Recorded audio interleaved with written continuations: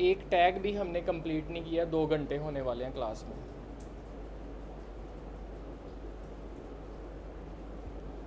चलें, recording start हो गई है। अभी वापस तवज्जो यहाँ पे करेंगे। अभी मैं आप लोगों को इमेज टैग सिखा रहा था ना, इमेज टैग में SRC आप लोगों को लगाना आ गया, ठीक है। उसके बाद कभी कभार ऐसे हो सकता है कि इमेज टैग में, या कभी कभार आप लोगों ने कोई वेबसाइट ओपन की होगी तो आपके पास इमेज एक ब्रोकन फॉर्म में आ रही होती है, यानी ऐसे आ रही होगी।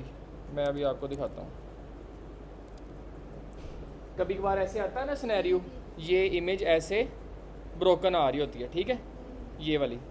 तो ये मल्टीपल रीजंस की वजह से हो सकता है। एक रीज़न ये हो सकती है कि इंटरनेट नहीं चल रहा तो इमेजेस लोड नहीं हुई। एक रीज़न ये हो सकती है कि इसके ऊपर जो आपने इमेज का URL है ना, या जो पाथ है वो आपने रॉन्ग लगाया। जैसे अभी मैंने पाथ जो है ना डबल E कर दिया, असल में एक E था, मैंने जानबूझ के गलत कर दिया, तो इमेज क्या आ रही है, ब्रोकन आ रही है, ठीक है। तो इस तरह की रीज़न्स की वजह से कभी कभार इमेज ब्रेक हो जाता है, ठीक है। जब इमेज ब्रेक हो जाए तो हम चाहते हैं कि उस जगह पर इमेज की थोड़ी एक्सप्लेनेशन शो हो जाए। कभी कभार हो सकता है इंटरनेट अवेलेबल नहीं है, बट उस जगह पर इमेज शो होने के बजाय इमेज का टेक्स्ट शो हो जाए, ठीक है। इसको बोलते हैं ऑल्टरनेटिव टेक्स्ट, या ऑल्टरनेटिव एट्रीब्यूट बोलते हैं, या ऑल्ट एट्रीब्यूट बोलते हैं। ऑल्टरनेटिव का शॉर्ट फॉर्म आ जाएगा ALT, ठीक है। अब आप इसी SRC वाले एट्रीब्यूट से बाहर निकलोगे, तवज्जो करनी है ज़रा, इसके एट्रीब्यूट से बाहर निकलोगे, कर्सर को देख लिया करो, कर्सर कहाँ पे है, किस टाइम कौन सी चीज़ की टाइपिंग हो रही है। यहाँ पे हम स्पेस दबाएंगे और यहाँ पे मैं लिखूँगा ALT इज़ इक्वल टू, यहाँ पे उस इमेज की आपने एक्सप्लेनेशन दे देनी है। वो इमेज जिसके बारे में भी है आपने उसकी एक्सप्लेनेशन दे देनी है। लेट्स से फॉर एग्जांपल जो मेरी इमेज थी उसके अंदर था human sitting on a sofa working on a laptop. Let's say मैंने कोई भी उसकी एक्सप्लेनेशन दे दी। मैं यहाँ पे सेव करता हूँ। अब देखो वो इमेज ब्रोकन थी, जब इमेज ब्रेक होगी उस टाइम ये टेक्स्ट होगा। अभी मैं जाके इमेज को सेट करता हूँ, इमेज का एक ई हटा के, यानी एग्जैक्टली सही करता हूँ।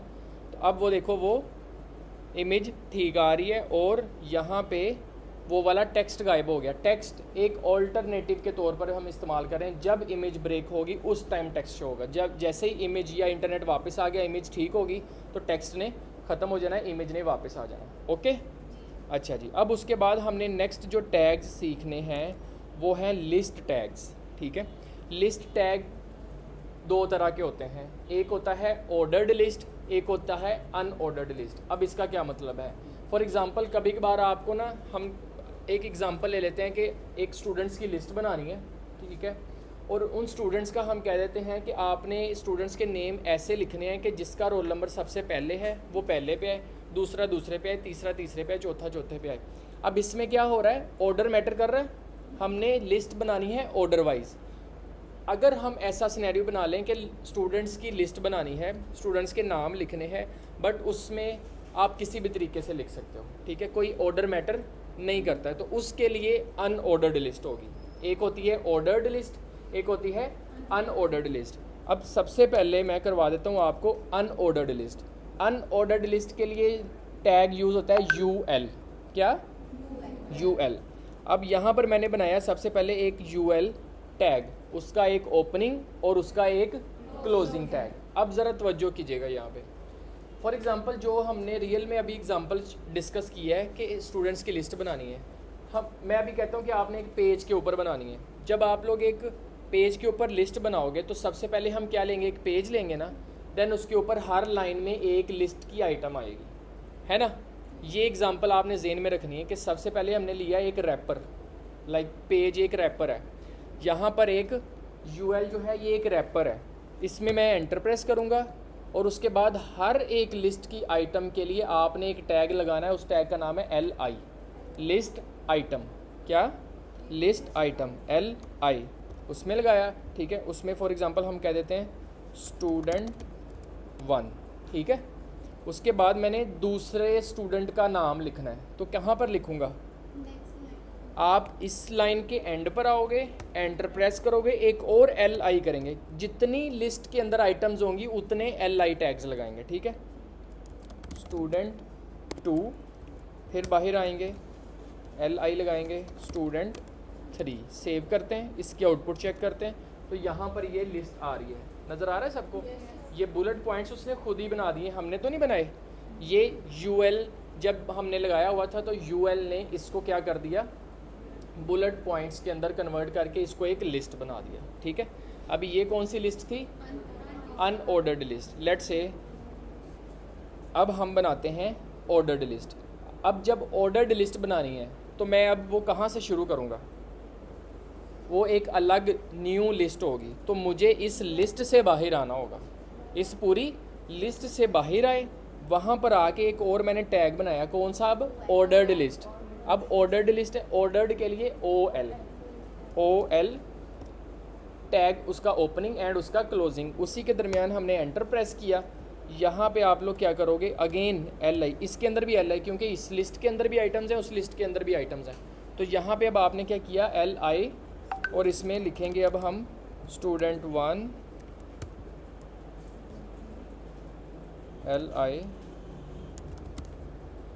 स्टूडेंट 2 स्टूडेंट 3, सेव करते हैं और यहाँ पर आउटपुट चेक करते हैं। तो वो देखो अब उसने उसके साथ नंबरिंग खुद लगा दी 1 2 3, ठीक है।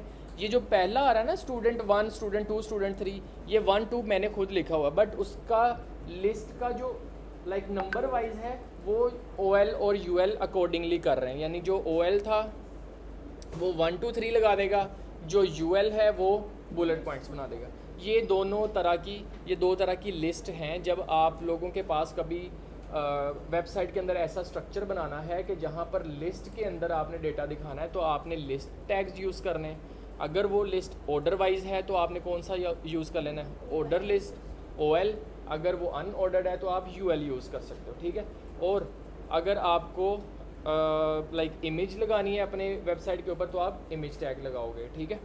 और उसके बाद